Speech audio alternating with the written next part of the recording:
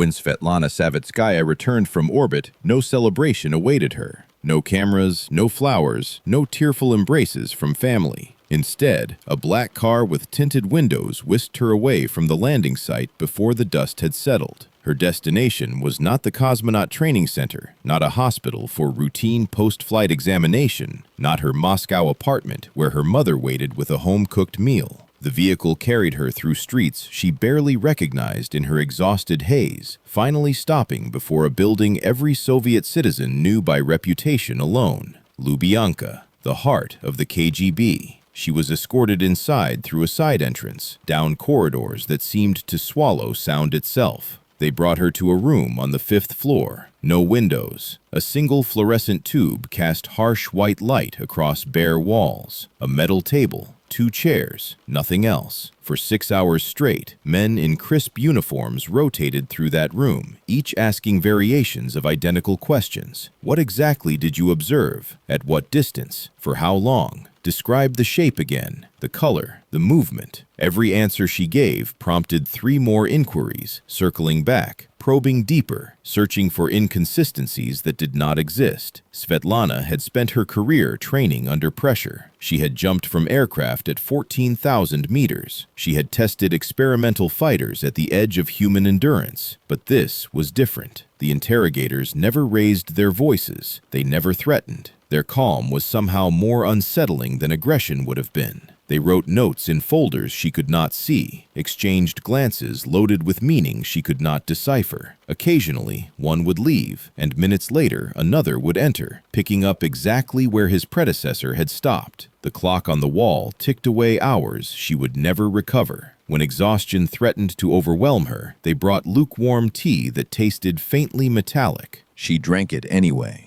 She answered their questions with the precision of a test pilot reading instruments, reporting facts without embellishment, without interpretation. Only facts. Then came the document. A colonel she had met once before, during a strange briefing 1 week prior to her launch, placed a thin stack of papers on the table between them. His expression betrayed nothing. "Sign this," he said, "or you will never return to space." The words hung in the stale air of that windowless room. Svetlana looked at the papers. Non-disclosure agreement. Classification level, top secret. Duration, 25 years. She pushed back. She demanded explanations that were not given. She argued that the public, that humanity itself, had a right to know what Soviet cosmonauts were encountering in orbit. The colonel listened without interrupting, then simply repeated his ultimatum. The pressure was not physical. It did not need to be. Svetlana understood the machinery she was caught within. One signature, and her career might continue. One refusal, and everything she had sacrificed. Every bone-jarring centrifuge run. Every night studying orbital mechanics until her eyes burned. Every moment she had spent clawing her way into a profession that did not want women. All of it would evaporate. They would find medical reasons, administrative complications. Her name would quietly vanish from flight rosters. She would become a footnote, remembered only for a single mission that officially went perfectly according to plan. The pen felt impossibly heavy in her hand. She signed every page, her handwriting steady despite the tremor she felt deep in her chest. The colonel collected the documents without comment, slid them into a folder, and informed her that her future flights were postponed indefinitely. Medical precautions following extended weightlessness, the official explanation would read. She was driven home in the same black car. Her mother embraced her, weeping with joy at her daughter's safe return. Svetlana smiled and said nothing about the hours she had just endured. That night, lying in her childhood bed, she stared at the ceiling and saw 7 silver discs hanging motionless against infinite blackness. August 28, 1982. The date would remain locked inside her for over 4 decades, a secret sealed by her own signature, waiting. To understand the woman who would carry such an impossible secret, one must first travel backward through time. Past the rockets and the training facilities and the sterile corridors of Soviet space bureaucracy, to a Moscow apartment filled with the scent of strong tea and the echo of war stories. Svetlana Savitskaya was born into aviation royalty. Her father, Yevgeny Yakovlevich Savitsky, was not merely a pilot, but a legend etched into the very history of Soviet air power. Twice decorated Hero of the Soviet Union, Marshal of Aviation, a man who had fought through the entirety of the Great Patriotic War and emerged with 22 enemy aircraft destroyed, his name spoken with reverence in every flight academy across the nation. When he walked into a room, other men straightened instinctively. Their home became a gathering place for the elite of Soviet military aviation. Pilots who had dueled with death at impossible altitudes would sit around the kitchen table, glasses of vodka catching lamplight, their voices low and animated as they relived moments of terror and triumph. Little Svetlana would sit in the corner, supposedly doing homework, actually absorbing every word. They spoke of the freedom found above the clouds, the way the horizon curved at extreme altitude, the indescribable sensation of commanding a machine that defied gravity itself. These were not bedtime stories. They were transmissions from another world, one that existed just beyond the edge of ordinary human experience, and the girl hungered for it with an intensity she could not yet name. Her father recognized the dangerous spark in his daughter's eyes. He had seen it before, reflected in mirrors, staring back from cockpit glass at 30,000 feet. Yevgeny Savitsky loved his daughter with the fierce protectiveness of a man who understood exactly how many ways the sky could kill. He wanted better for her, safer paths, respectable professions that would not require her to strap into machines designed to push past the boundaries of human endurance. Medicine, he suggested. Teaching, perhaps. Noble work. Important work. Aviation, he declared with the authority of a marshal addressing subordinates, was simply not suitable for women. Too dangerous, too physically demanding. The stress alone could break even strong men. Svetlana listened to her father's pronouncements with the patient expression of someone who had already made her decision. She had inherited more than his sharp cheekbones and dark, determined eyes. The same stubbornness that had kept Yevgeny flying after being shot down, after watching comrades spiral earthward in flames, after every rational calculation suggested he should have died a dozen times over. That identical iron will now resided in his 17-year-old daughter. Without telling her parents, she enrolled in a local aero club. Her first parachute jump came on a crisp autumn morning. She remembers the wind tearing at her jumpsuit, the earth rushing upward, the violent blossoming of the canopy above her head. She was hooked instantly. By the time her father discovered her secret, Svetlana had already completed more than 50 jumps. His fury was legendary, echoing through their apartment like thunder. He threatened to use his considerable influence to have her banned from every airfield in the Soviet Union. He pleaded with her to consider her mother's nerves, her own future, the senselessness of risking everything for momentary thrills. Svetlana stood before his storm and did not bend. "Papa," she said quietly, her voice steady, "you did not quit flying when they shot you down. You climbed back into the cockpit every single time. I am your daughter. The same blood runs through my veins." What answer could a man give to his own reflection? By 22, Svetlana Savitskaya had become world parachuting champion. She jumped from 8,000 meters, executing aerial maneuvers so complex that experienced male competitors refused to attempt them. She became the first woman in history to complete a delayed freefall jump from 14,000 meters, an altitude where the air grows so thin that hypoxia can steal consciousness within seconds.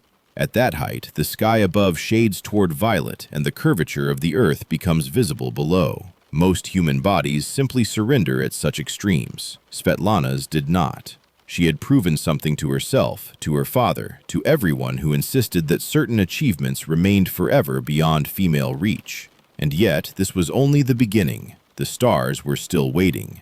After conquering the skies with silk canopies, Svetlana set her sights on conquering them with metal wings. The Moscow Aviation Institute accepted her application, and she threw herself into engineering studies with the same intensity she brought to parachuting. Classmates remember her hunched over textbooks long after midnight, solving equations that would later help her understand the machines she intended to master.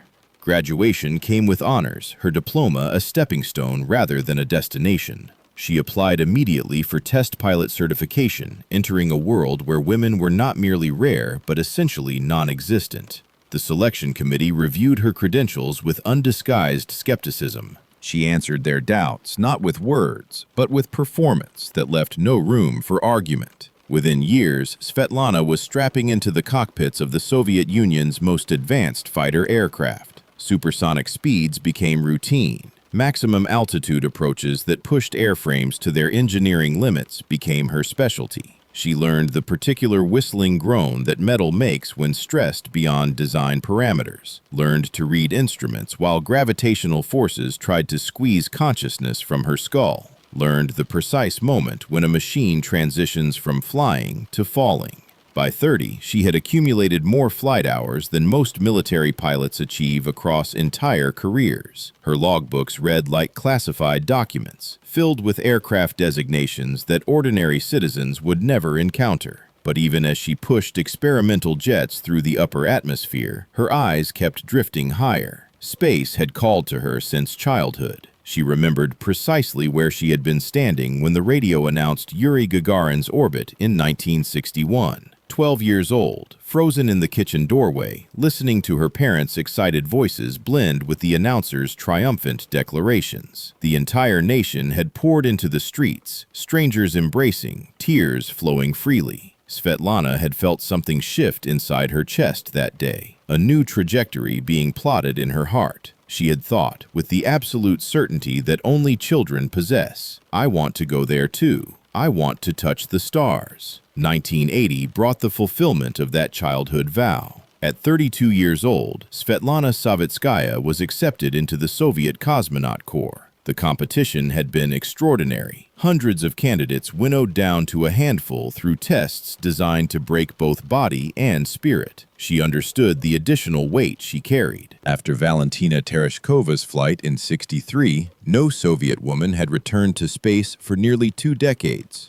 Whispered rumors circulated through training facilities suggesting an unofficial ban on female crews. Leadership supposedly considered space too hazardous, too unpredictable, too demanding for women to handle reliably. Svetlana heard these whispers and responded by training harder than anyone had ever seen. The centrifuge became her proving ground. 8 times the force of gravity pressing down, blood draining from the brain, vision narrowing to a tunnel, unconsciousness lurking at the edges. She endured session after session, her body adapting to punishment that would incapacitate most humans. Pressure chambers simulated catastrophic depressurization at 30,000 meters, environments where an unsuited human loses consciousness in 15 seconds and dies within 2 minutes. Her task? Don an oxygen mask before oblivion claimed her. She accomplished it in 8 seconds flat every single time. Instructors wrote in her evaluation files with something approaching awe, reactions comparable to combat pilots with decades of experience, composure reminiscent of bomb disposal specialists. Early 1982 delivered the news she had awaited her entire life. Assignment to Soyuz T-7. Commander Leonid Popov, veteran cosmonaut with previous orbital experience. Flight engineer Alexander Serebrov, similarly proven in space. Savitskaya designated as cosmonaut researcher, responsible for conducting scientific experiments aboard station Salyut 7. Launch date set for August 19th. She memorized mission protocols until they became reflexive, studied the station's systems until she could navigate them blindfolded. Everything proceeded according to plan until 1 week before scheduled launch, when an unexpected summons arrived. Not from Mission Control, not from the Cosmonaut Training Center. The order came from Lubyanka, KGB headquarters, and it was not a request.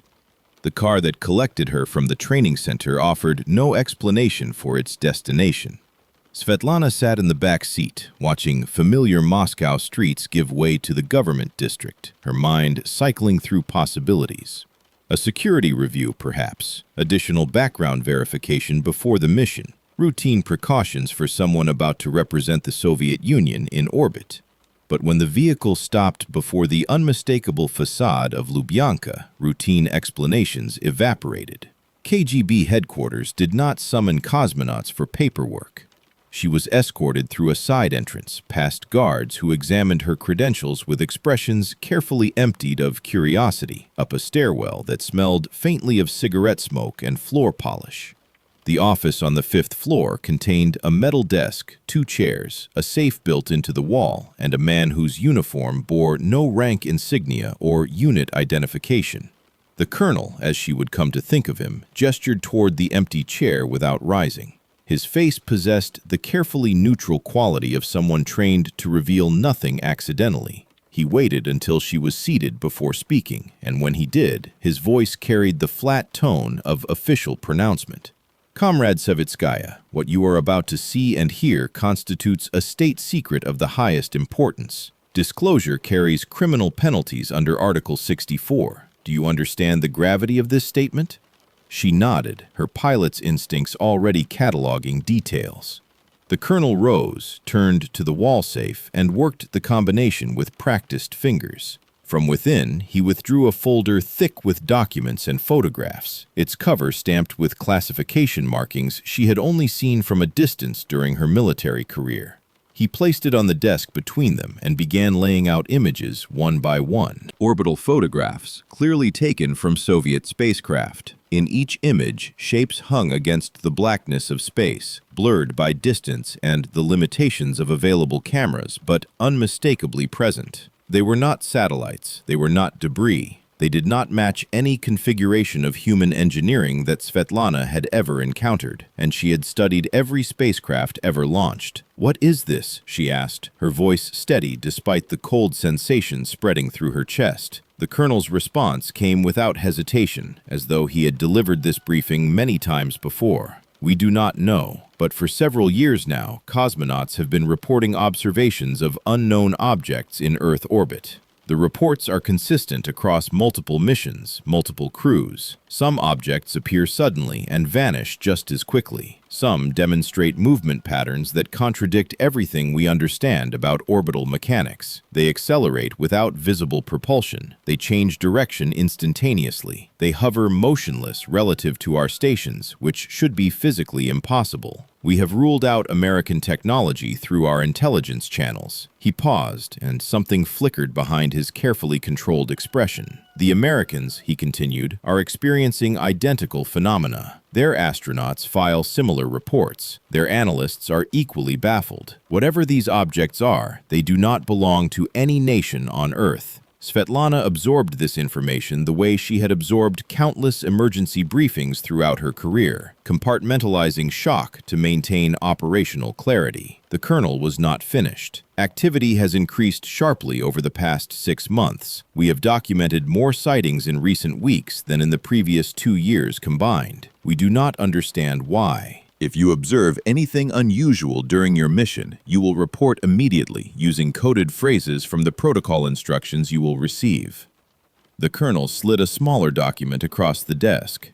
"Gamma Protocol," the header read. "Film everything possible. Maintain composure. Do not attempt to approach or interact. Upon return, speak to no one except designated personnel, not colleagues, not family, not friends." She studied the coded phrases, memorizing them automatically. Then she asked the question that had been forming since the first photograph emerged from that folder. "Do you expect me to see something?" The colonel met her gaze directly for the first time. "Comrade Savitskaya, given current activity levels, the probability of contact during your mission is high. We cannot tell you what to expect because we genuinely do not know. But you should be prepared for the possibility that you will witness something that challenges everything you believe about our place in the universe." She left Lubyanka with her mind reeling and a single thought repeating, "What have I gotten myself into?" August 19th, 1982. The Kazakh steppe stretched flat and brown beneath a sky so blue it seemed painted.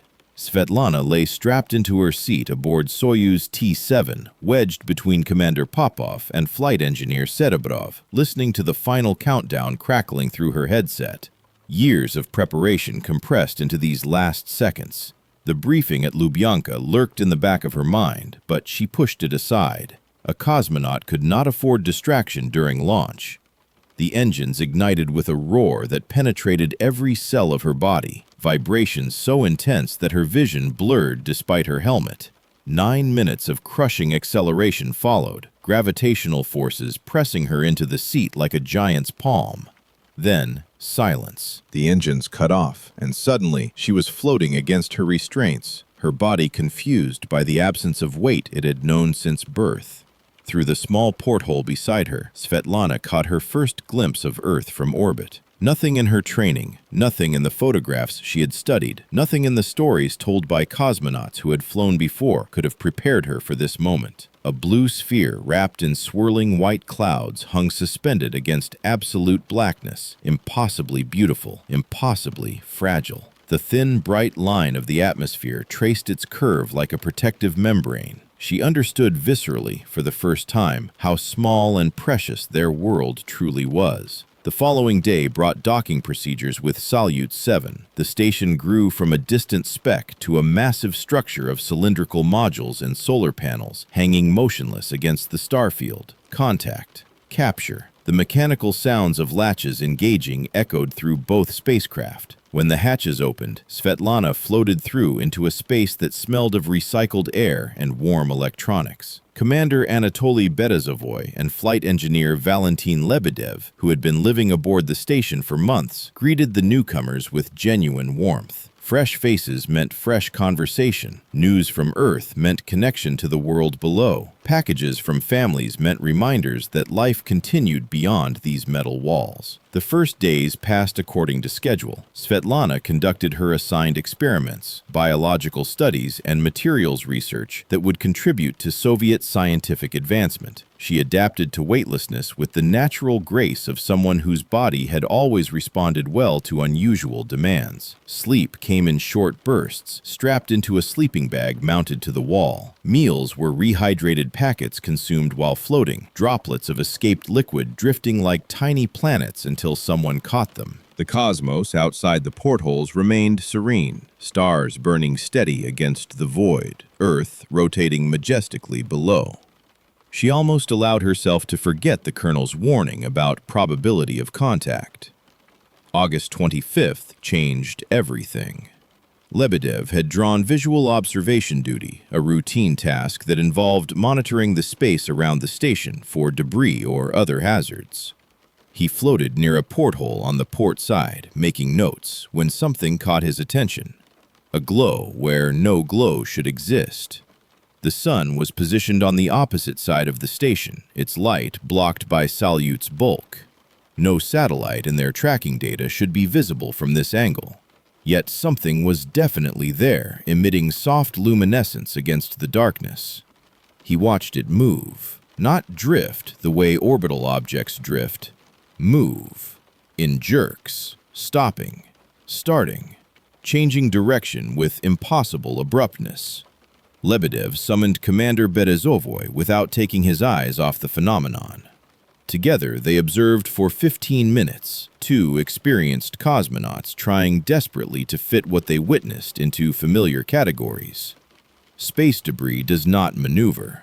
Satellites cannot change course instantaneously. Such movements require fuel expenditure, engine burns, time to execute. This object shifted direction as though physics meant nothing to it, as though momentum and inertia were suggestions rather than laws. Then, without warning, it vanished. Not behind the horizon, not obscured by Earth's bulk, simply gone, like a light switched off in an empty room. Berezovoy reported to ground control in measured tones. The response was brief, almost dismissive.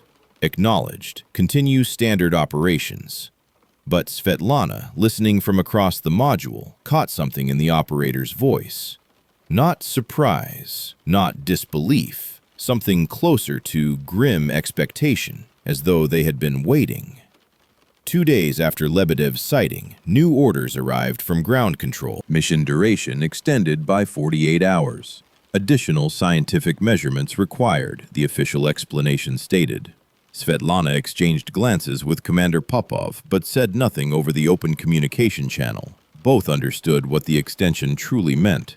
Someone on the ground was expecting more activity, wanted more observation time, needed more data. The station's atmosphere shifted subtly, routine giving way to heightened alertness. every cosmonaut found themselves glancing toward portholes more frequently, scanning the blackness for anomalies they simultaneously hoped and feared to discover. August 27th brought Svetlana to the observation post for routine Earth photography. Standard scientific documentation, images of cloud formations and ocean currents and geological features that researchers on the ground would analyze for months. She positioned her camera against the porthole glass, adjusted focus, and peered through the viewfinder to frame the shot. Her finger froze on the shutter release. Against the absolute black of space, approximately 200 meters from the station's hull, an object hung motionless, silver surface catching starlight, disc-shaped, perhaps 20 to 30 meters in diameter. No visible engines, no antenna, no markings of any kind, and impossibly, inexplicably still relative to Salyut 7. Every hour of orbital mechanics training screamed that this was wrong. Objects in space do not hover. They orbit, they drift, they approach or recede according to immutable gravitational mathematics. An object maintaining fixed position relative to a moving station would require constant thrust adjustment, continuous fuel expenditure, sophisticated navigation systems actively compensating for orbital decay and atmospheric drag. This disk simply hung there as though nailed to the fabric of space itself, as though the laws governing every other object in the universe had decided to make an exception. Svetlana pressed the shutter. Click. Advanced the film. Click. Again. Click. Her hands remained steady through years of conditioned reflex, but her heart hammered against her ribs so loudly she could hear it. "Commander," she called across the module, forcing her voice into professional calm. Popov arrived within seconds, took one look through the porthole, and Svetlana watched his pupils expand despite the bright sunlight streaming through adjacent windows. He said nothing, simply grabbed a second camera from its storage mount and began filming. Then he pushed off toward the communication panel and pressed the transmit button. "Control, this is Salyut. We are observing an object of unknown origin approximately 200 meters off the port side. Initiating Gamma protocol." The response from ground control was immediate and clipped. "Acknowledged. Continue observation and documentation. Do not approach. Do not attempt contact. Report any changes immediately." Behind the professional language, tension vibrated. 3 hours they watched. Berezovoy and Lebedev joined them, all 5 cosmonauts rotating through observation duty, photographing from different angles, recording verbal descriptions for the flight log, sketching diagrams of what cameras might not capture clearly. The object remained absolutely stationary throughout, its silver surface reflecting the sun in patterns that seemed almost deliberate. Svetlana could not shake the sensation of being observed, of something behind that featureless disk studying them with the same intensity they directed toward it. When the object finally moved, no engine flare preceded the motion. No rotation indicated propulsion. It simply began receding, gliding backward into the void with smooth, silent grace until distance swallowed it. When it was gone, Commander Popov gathered the crew in the central module. His face was pale but composed. "What we observed," he said quietly, "officially does not exist. Every person in this station understands the implications of that statement. We follow protocol. We submit our reports through proper channels. We speak of this to no one outside designated personnel. Ever." Heads nodded around the circle. Svetlana asked the question pressing against her thoughts. "What if it comes back?" Popov met her eyes. "Then we document everything. That is why ground control extended our mission. They anticipated this possibility. They want data. We provide data." 24 hours later, Svetlana would understand just how inadequate those preparations truly were. The object did return, and this time it brought 6 companions arranged in perfect formation.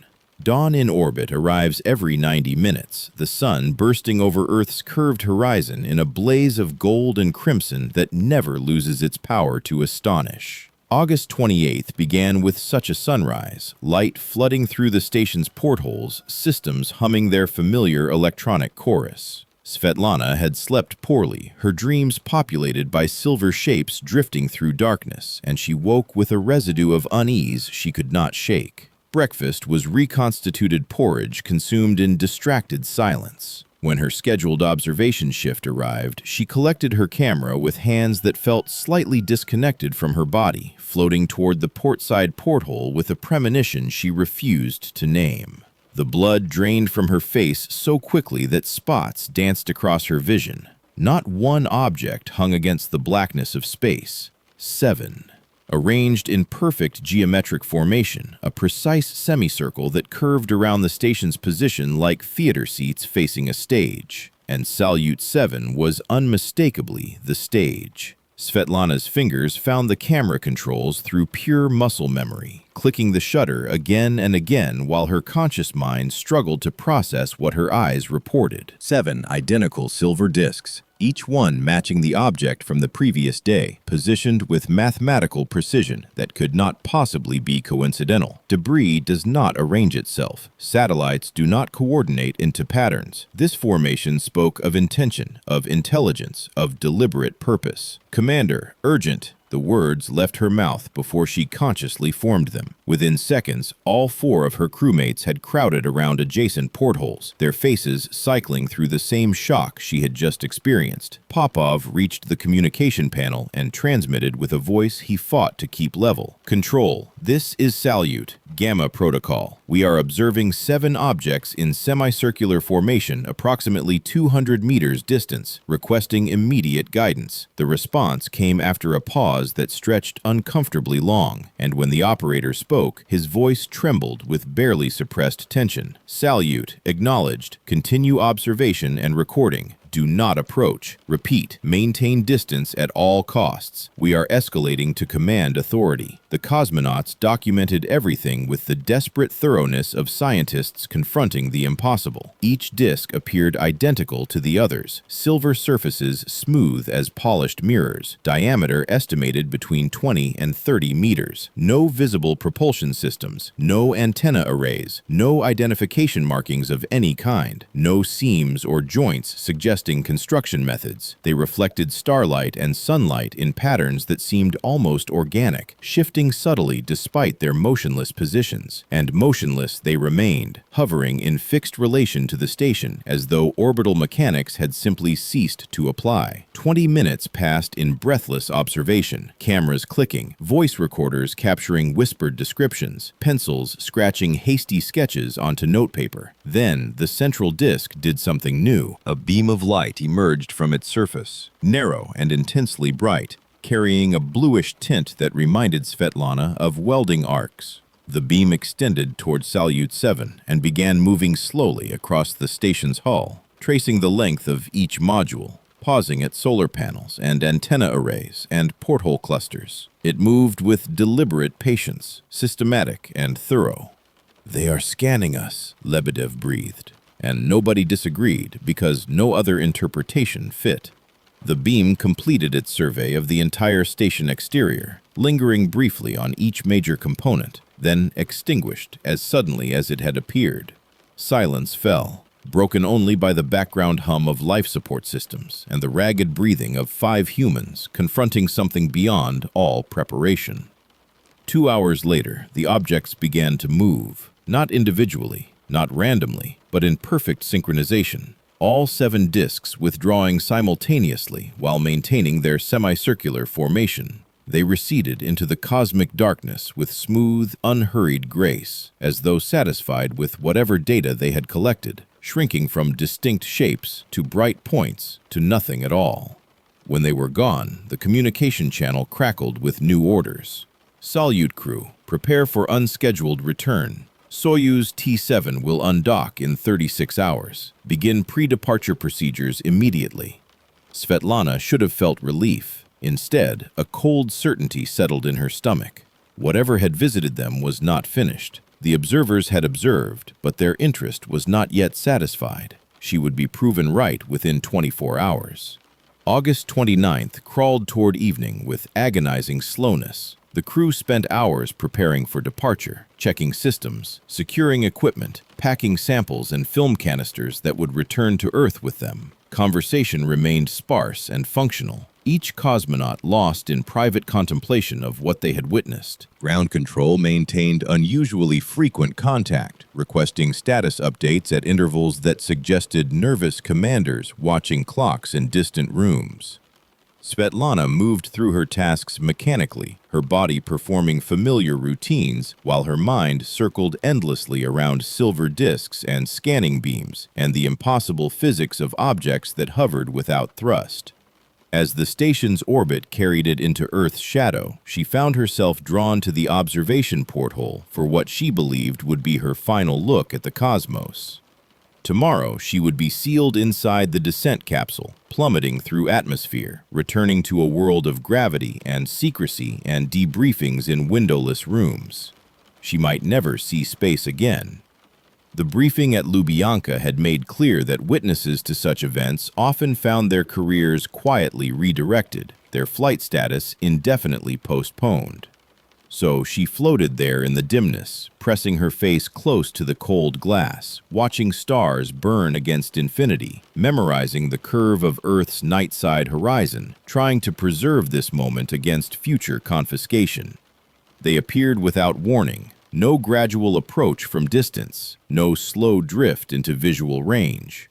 One moment, the space beyond the porthole held only stars and blackness. The next moment, 7 silver disks hung 50 meters away, arranged in their perfect semicircular formation, close enough now that Svetlana could have counted rivets if rivets existed on those seamless surfaces. She shouted, the sound tearing from her throat before conscious thought could intervene. Crew members scrambled from sleep stations and work areas, grabbing cameras, colliding in the confined space as everyone fought toward observation positions. Popov reached the communication panel. "Gamma protocol," he transmitted, voice tight with controlled alarm. "Objects have returned. Distance approximately 50 meters, critically close." Ground control's response came immediately, tension vibrating through every syllable. "Salyut, seal all modules immediately. Prepare for emergency evacuation to descent capsule. Await further instructions." Standard depressurization protocol, the procedure drilled into every cosmonaut for hull breach scenarios. But everyone aboard understood the futility. If these objects wanted access to the station, no hatch seal would prevent it. They had already demonstrated technology so far beyond human capability that defensive measures seemed almost insulting in their inadequacy. Still, they followed orders, hands moving through practiced motions while eyes remained fixed on the impossible visitors beyond the glass. From this reduced distance, new details emerged that cameras struggled to capture. Faint seams marked the disk surfaces, lines so subtle they had been invisible at 200 meters. Patterns traced across the silver, arrangements that might have been decorative, might have been functional, might have been writing in a language no human had ever encountered. Svetlana photographed with desperate intensity, advancing film as fast as the mechanism allowed, trying to document everything before the objects vanished again. Then, a beam of light extended from the nearest disk, the same bluish luminescence they had observed during the scanning. But this time, the beam did not trace the station's hull. It moved directly toward the porthole where Svetlana floated, stopping when it reached the glass, intensifying until the glow filled her entire field of vision. She could not look away. Some force beyond her understanding held her gaze fixed on that light, her face pressed against the porthole, her breath fogging the glass in rapid clouds. And then something reached inside her mind, not words in any language she knew, not sounds or images, pure sensation, as though invisible fingers brushed against her thoughts with infinite delicacy. Curiosity washed through her, but it was not her curiosity. Interest examined her, but from outside, from somewhere else. A question formed without vocabulary, without grammar, without any framework she possessed to process it. Who are you? Seconds stretched into something timeless, her sense of self suspended in that gentle alien inquiry. Then the beam extinguished. The objects accelerated away from the station and dissolved into darkness, not departing but simply ceasing to exist in visible space. Popov's hand gripped her shoulder. "Are you all right?" Svetlana nodded, but words would not come. Her body trembled with a realization she could not yet articulate. They had not been observing the station. They had been observing her. 6 hours after the objects dissolved into darkness, Soyuz T-7 undocked from Salyut 7 with mechanical precision. Svetlana strapped into her seat between Popov and Serebrov, feeling the familiar embrace of restraints that would hold her body through the violence of re-entry. The station receded through the small porthole, shrinking from home to model to bright point to nothing. Somewhere behind them, Berezovoy and Lebedev remained aboard, continuing their mission, carrying their own burden of impossible memories. The descent capsule oriented itself for the deorbit burn, and then fire roared beneath them, gravity returning with crushing insistence as atmosphere began to drag against the heat shield. Landing in the Kazakh steppe proceeded nominally, the capsule's parachutes deploying on schedule, retro rockets firing in the final seconds to soften impact. Svetlana felt the jolt travel through her spine as Soviet soil welcomed them home. Recovery helicopters appeared within minutes, their rotors beating the dry grass flat as ground crews rushed to extract the cosmonauts. But something was wrong with the reception. No cameras documented their emergence. No journalists shouted questions. No officials waited with flowers and congratulations. Instead, men in plain clothes guided them into a waiting vehicle with practiced efficiency, their faces professionally blank, their uniforms conspicuously absent of identifying insignia. The sealed facility they were brought to could have been anywhere. Windowless corridors led to examination rooms equipped with medical technology that seemed excessive for routine post-flight checkups. Blood draws, cardiograms, full-body tomography scans, neurological assessments that probed reflexes and responses with unusual thoroughness. Doctors asked strange questions about sensory experiences, about unusual thoughts or feelings, about anything that seemed different since returning from orbit. They were searching for something, Svetlana realized. Traces of unknown influence, evidence that contact with those objects had left marks invisible to the naked eye. Hours passed in sterile rooms before the crew was separated without explanation. A military aircraft carried Svetlana to Moscow alone, the other crew members presumably transported to different destinations for their own interrogations. Night had fallen by the time the car delivered her to Lubyanka, the building's facade illuminated by harsh security lights that cast sharp shadows across stone. The fifth-floor office waited like an old acquaintance, its bare walls and metal furniture unchanged from her pre-flight briefing. 3 officers in uniform sat behind the desk, joined by one man in civilian clothes whose eyes tracked her movements with unsettling intensity. The colonel who had shown her the photographs occupied his familiar position. "Describe your observations in detail," he instructed. "From the beginning, omit nothing." She talked for hours, every sighting, every photograph, every measurement and sketch and voice recording. They listened without interruption, taking notes, occasionally exchanging glances loaded with significance she could not interpret. But their attention sharpened visibly when she reached the final encounter, the beam directed at her porthole, the sensation of being examined from within. "You said you felt a touch on your thoughts," the colonel pressed. "Explain precisely what you mean by this." Svetlana struggled to compress the experience into language. Not voices, not words in any language, sensations, emotions that were not mine, as if someone looked inside me, tried to understand who I am. Curiosity, interest, but no hostility, none at all. The officers exchanged another look. "You are certain there was no hostility?" "Absolutely certain. If they had wanted to harm us, they possessed more than enough capability. They chose not to." A general whose chest bore more medals than Svetlana could count leaned forward across the desk. "Comrade Savitskaya, you understand that everything discussed in this room constitutes a state secret of the highest classification. You understand the consequences that would follow unauthorized disclosure." She understood. They slid a document across the table, its pages dense with legal terminology, its final page awaiting her signature. Non-disclosure agreement binding for 25 years.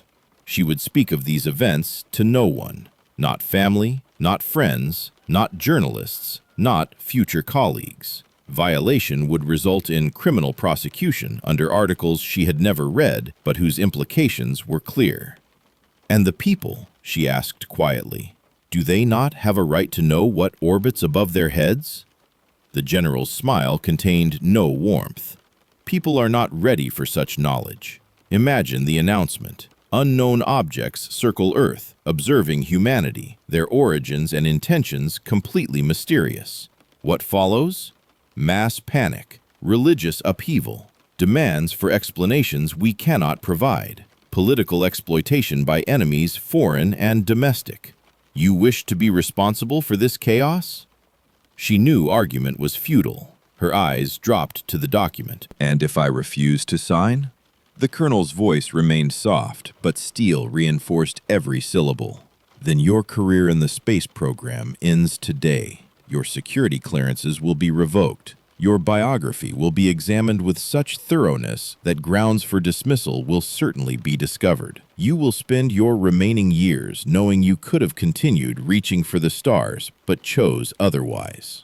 Her hand trembled as she lifted the pen, not from fear, but from exhaustion and a bitterness that would never fully fade. She signed every page. Then came the final blow. All future flights postponed indefinitely. Medical precautions following extended weightlessness, the official record would state. Unofficially, the message was unmistakable. She had seen too much ever to be trusted in orbit again. The years that followed blurred into a carefully constructed fiction. Newspapers celebrated Svetlana Savitskaya as a Soviet hero, the second woman to reach space, the first woman to perform a spacewalk during a subsequent mission they permitted her to complete under watchful eyes. Television broadcasts showed her smiling at ceremonies, accepting medals, shaking hands with officials whose faces radiated manufactured pride. The official narrative gleamed like polished metal, reflecting only what authorities wanted the public to see. Scientific experiments conducted successfully, records established for the glory of the motherland, a triumph of Soviet engineering and human courage. Nowhere in these sanitized accounts did silver discs appear. Nowhere did bluish beams scan spacecraft hulls or touch human minds. Only careful observers noticed the curious gap in her biography. Here was a cosmonaut at the peak of her abilities, a pilot whose skills exceeded most of her colleagues, a woman who had proven herself capable of performing under pressures that would break ordinary humans. After such a triumphant mission, the natural trajectory pointed toward more flights, greater responsibilities, perhaps command of future expeditions. Instead, Svetlana Savitskaya never returned to orbit after 1984. Official explanations cited health concerns following extended weightlessness, the need to make room for younger cosmonauts, the demands of her growing role in public affairs. These reasons satisfied journalists who did not know which questions to ask. They did not satisfy those who understood how the system actually operated. In narrow circles among those connected to the space program through decades of service, a quiet phrase began circulating. She saw too much. The words were never spoken loudly, never committed to paper, never acknowledged in any official context. But veterans recognized their meaning. Something lay hidden behind the polished story of Svetlana Savitskaya, something significant enough to end a brilliant career while it still ascended. Those who knew did not elaborate. Those who suspected did not inquire further. The architecture of Soviet secrecy had been constructed over generations, and its inhabitants understood instinctively which doors should remain closed, which corridors should never be explored, which questions guaranteed only trouble. Svetlana herself maintained remarkable dignity through these years of enforced silence. She worked in aerospace engineering, contributed to projects she could discuss freely, participated in public activities that kept her visible without ever approaching forbidden subjects. Young people invited her to schools and universities, eager to hear about life among the stars. She answered their questions with patience and apparent openness, describing the sensation of weightlessness, the beauty of Earth from orbit, the technical challenges of working in vacuum.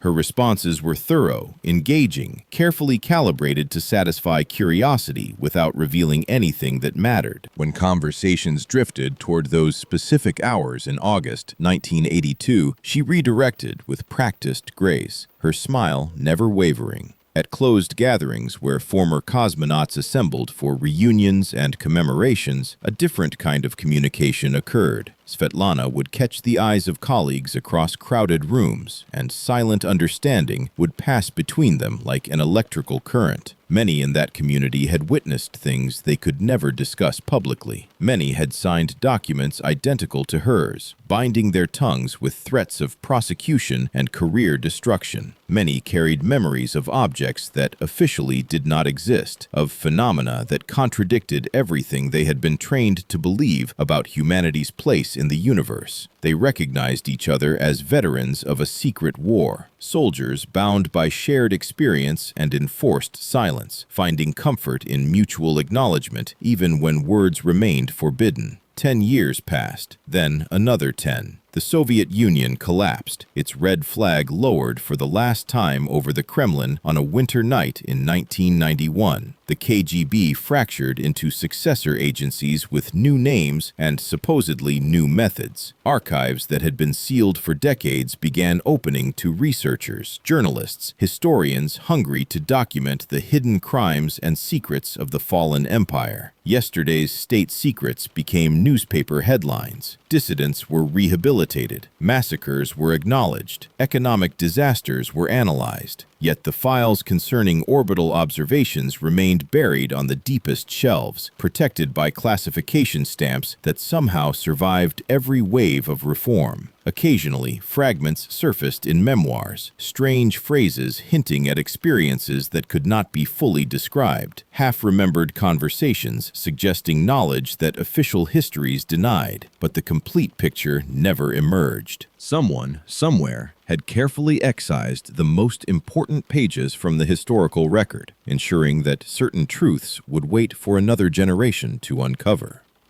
The building stands in a district of Moscow that tourists never visit, its facade deliberately unremarkable, its address absent from public directories.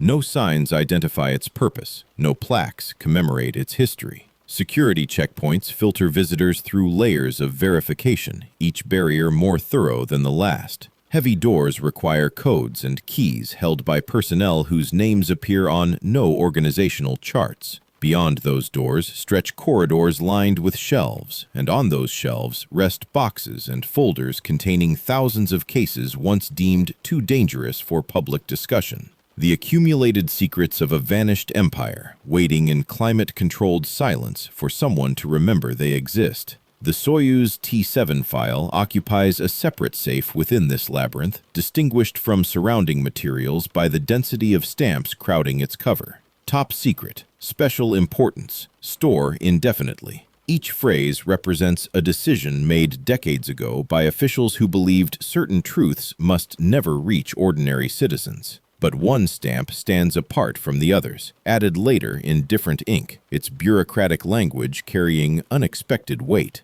Subject to declassification upon expiration of established period. 25 years, the original agreement specified, then another 15 for additional review. But time flows regardless of human attempts to freeze it, and periods eventually expire, no matter how indefinite they once seemed. Inside the folder, documents await in meticulous order, preserved by archivists who understood their historical significance even while forbidden to acknowledge it. Transcripts of crew communications with ground control fill the opening section, each exchange time-stamped and annotated, technical language occasionally giving way to phrases that suggest emotions the speakers struggled to contain. Medical and psychological evaluations follow, conducted immediately after landing and repeated at intervals throughout subsequent months. Interview protocols bear the euphemistic header of in-depth conversations, their questions probing experiences that official reports would never mention, their answers recorded with stenographic precision that captured every hesitation and careful word choice. The photographs stop breath in throats. Frame after frame documents what 5 cosmonauts witnessed during those August days in 1982. One image captures the defining moment with haunting clarity, despite the limitations of period camera technology. 7 objects arranged in perfect semicircular formation against the absolute black of space, the curved edge of Salyut 7 visible in the lower portion of the frame, providing scale that makes the disk's size unmistakable. Blurred by distance but distinguishable beyond reasonable doubt, the caption typed beneath reads with clinical detachment. Frame 23, observation of object group, estimated distance approximately 200 meters. Subsequent photographs show the light beam extending from the central disk, its bluish luminescence caught mid-sweep across the station's hull. Then, close-ups of the porthole where Svetlana Savitskaya positioned herself during the final encounter, followed by frames showing nothing but light flooding the glass, overexposing the film as the beam intensified directly toward her face. A separate section contains audio recordings transferred from original magnetic tape to modern formats, the voices of cosmonauts preserved across 4 decades. Commander Popov's reports maintain professional composure even as he describes phenomena that contradict his engineering training. Lebedev's brief comments carry undertones of wonder barely suppressed. Sedebrov offers cautious clarifications, the careful phrasing of a man aware that his words are being recorded for audiences he cannot see. And threading through these male voices comes Svetlana's, clear and controlled despite circumstances that would excuse any loss of composure. Observing 7 objects, repeat, 7. Disc-shaped configuration, arranged in semicircular formation, surface coloration silver or metallic, no movement currently detected. Objects maintaining stationary position relative to station. Her subsequent report on the beam carries the same disciplined tone. Light beam separating from central object, coloration bluish, beam traversing station hull in slow lateral motion. No changes detected in onboard systems, no audible noise, no perceptible vibration. Most intriguing are the protocols documenting her post-flight interviews, pages where trained interrogators attempted to extract precise descriptions of experiences that language struggled to contain. Svetlana's words are recorded faithfully, her efforts to articulate the sensation of mental contact preserved in all their inadequacy. The commission's summary reduces her testimony to dry notation, subjective sensation of exposure to unknown influence. Cosmonaut describes non-verbal communication experienced as emotional impression rather than linguistic content. Primary characteristics identified as curiosity and interest, no hostility perceived. Separate folders hold expert conclusions from specialists across multiple disciplines. Military analysts write of complete absence of characteristics matching any known terrestrial technology. Scientists phrase their assessments with academic caution. Observed objects demonstrate properties entirely uncharacteristic of known human aerospace apparatus. Psychologists note the crew's remarkable mental stability and absence of any indication suggesting fabrication or delusion. One document occupies a folder of its own, a single page bearing signatures from officials whose names commanded obedience across the Soviet hierarchy. It declares these materials of special importance to state security and orders their continued study under strictest classification, with absolutely no disclosure permitted. Yet even the mightiest signatures fade with time. Systems change, priorities shift. What yesterday seemed too dangerous for truth becomes merely another historical page waiting to be turned. So this folder sat through decades until someone opened it in late 2024 and understood that the established period had finally, irrevocably passed. The time had come to show the world what had been hidden for 42 years. The documents spread across research tables in that archive tell only part of the story. What they reveal demands context, connection, the patient work of investigators willing to follow threads across decades and continents. When specialists began cross-referencing the Soyuz T-7 materials with other declassified files, patterns emerged that transformed isolated incidents into something far more significant. Soviet cosmonauts were not alone in their encounters. American astronauts aboard Skylab reported luminous objects tracking their orbital path in the 1970s. Space shuttle crews documented unexplained lights accompanying their missions. European and Chinese space agencies maintain their own classified archives, their contents guarded by similar oaths of silence.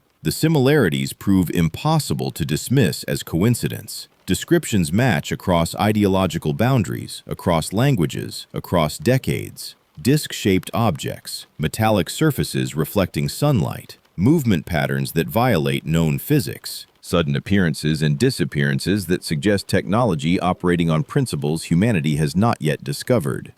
When researchers from different nations began quietly sharing information in recent years, the emerging picture sent tremors through scientific communities. Whatever these objects represent, they have been observing human space activity since its earliest days. They watch, they scan. Occasionally, as Svetlana Savitskaya experienced, they reach out with something that feels disturbingly like curiosity. Ground-based observations add additional layers to this accumulating evidence. Radar stations tracking orbital debris have logged anomalies that defy explanation, objects appearing suddenly at impossible velocities, maintaining positions that require constant thrust adjustment, then vanishing without the trajectory signatures that accompany normal orbital mechanics.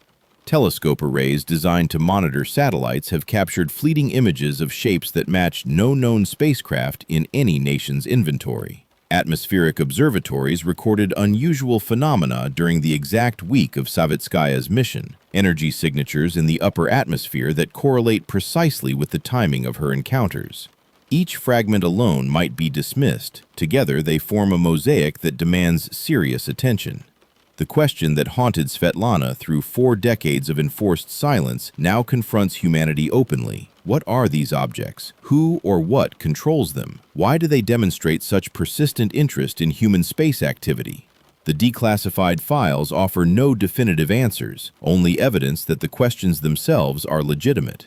Military analysts concluded that no earthly nation possesses such technology. Scientists acknowledged phenomena that contradict established understanding of physics. Psychologists confirmed that witnesses were neither lying nor hallucinating. The institutional response was to bury everything beneath classification stamps and hope that time would dissolve public curiosity. Time has proven less cooperative than bureaucrats anticipated. Svetlana Savitskaya herself remains characteristically reserved, even now that her non-disclosure agreement has expired. When journalists contact her seeking interviews about the newly released documents, she responds with brief acknowledgement and polite deflection. "Everything I can say is recorded in those files," she tells them. "Read the transcripts, examine the photographs, draw your own conclusions. I reported what I observed as accurately as language permitted. Beyond that, I have nothing to add." Her restraint speaks louder than elaborate commentary might. Here is a woman who carried an impossible secret for 42 years, who watched her career truncated because she witnessed something her government could not explain, who maintained dignity and purpose despite knowing truths that would have consumed lesser spirits. Her silence was never about shame or doubt. It was about survival within a system that punished inconvenient knowledge. The deeper significance of her story extends beyond questions of extraterrestrial presence or government secrecy. It illuminates the human capacity for courage in circumstances that offer no recognition, no reward, no validation. Svetlana Savitskaya did not choose to encounter those objects. She did not seek the mental contact that left her trembling at a porthole 50 meters from something utterly unknown. But when circumstances placed her at that intersection of human experience and cosmic mystery, she responded with the discipline and clarity that had defined her entire life. She documented what she saw. She reported what she felt. She accepted the consequences imposed upon her without surrendering her essential self. That is heroism of a quiet, enduring variety.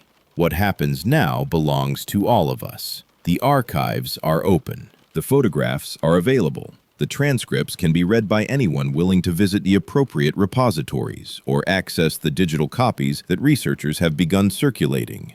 42 years of secrecy have ended, and the evidence awaits examination by fresh eyes unburdened by Cold War fears or institutional defensiveness. Perhaps new analysts will discover explanations that eluded their predecessors. Perhaps the objects will return and provide answers directly. Perhaps humanity will simply add these mysteries to the long catalog of phenomena we observe but cannot yet comprehend. The universe has never promised us understanding. It offers only experience and the choice of how we respond to what we encounter. Svetlana Savitskaya reached for the stars and touched something that reached back. Her story reminds us that courage takes many forms, that truth survives suppression, that the cosmos contains more than our philosophies have yet imagined. The file is unsealed. The testimony is preserved. The questions remain open, waiting for whoever possesses the curiosity and determination to pursue them further. Perhaps that person is watching right now, feeling the same spark that once ignited in the young girl listening to pilots speak of freedom above the clouds.